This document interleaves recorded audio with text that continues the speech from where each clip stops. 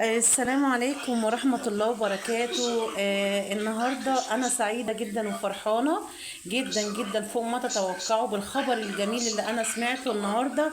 وبالنسبة للخبر اللي أنا سمعته، أنا فرحانة كتير كتير كتير، وبنحتفل ونزلنا جبنا حلويات وفواكه وبطيخ وهنشوف. يعني أنا سعيدة جدا وفرحانة جدا بالخبر اللي سمعته من اخويا عماد، بشفاء ابو ايسل اخويا الغالي.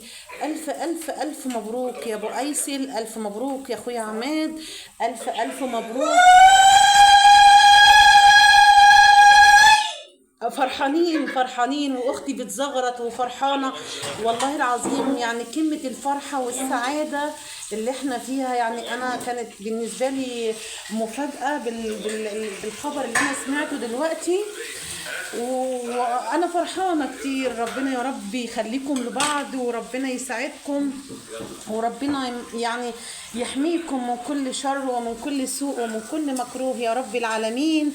الف مبروك اخويا ابو ايسل، الف مبروك اخويا عماد، الف الف مبروك. يا رب يحميكم من كل شر ومن كل سوء ومن كل مكروه يا رب العالمين.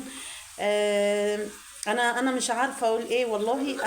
انا سعيده جدا وفرحانه كتير كتير بالخبر اللي انا سمعته.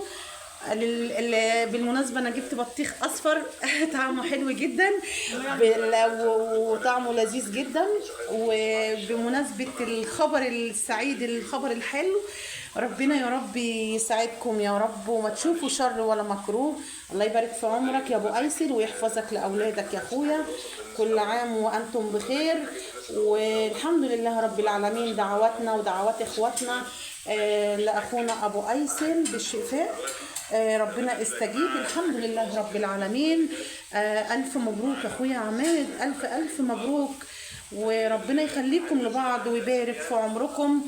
وفرحتك يا عمدة بأبو أيسر ما تقلش عن فرحتنا. كلنا فخورين وكلنا مبسوطين وفرحانين بأخونا أبو أيسر.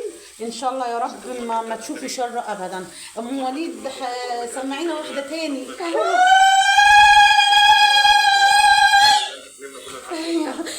السلام عليكم ورحمة الله. تعبانه جدا والله. والله تعبانة، عندها الضغط والسكر عاليين وصدرها تعبان، حساسية وكده، بس من الفرحة احنا مش حاسين يعني. ربنا يا رب يحفظكم ويخليكم لبعض. السلام عليكم، وتحياتي لكل الموجودين معانا في الشات، اسم منورين. السلام عليكم.